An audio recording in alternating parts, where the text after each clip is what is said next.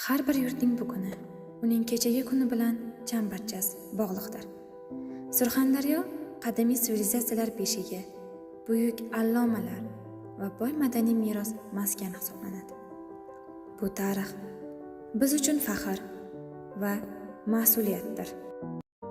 Mustaqillik bizga tariximizni asrash, milliy qadriyatlarimizni tiklash va kelajagimizni o'z qo'limiz bilan bunyod etish imkonini berdi.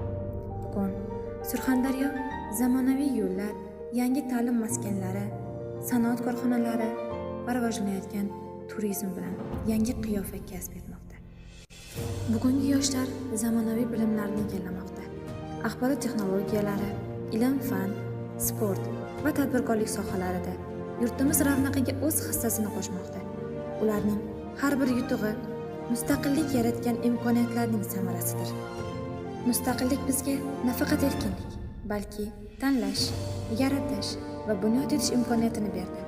Bugun biz tariximizni e'zozlaymiz, bugunimizni qadrlaymiz va ertangi kunimizni o'z qo'llarimiz bilan barpo etamiz.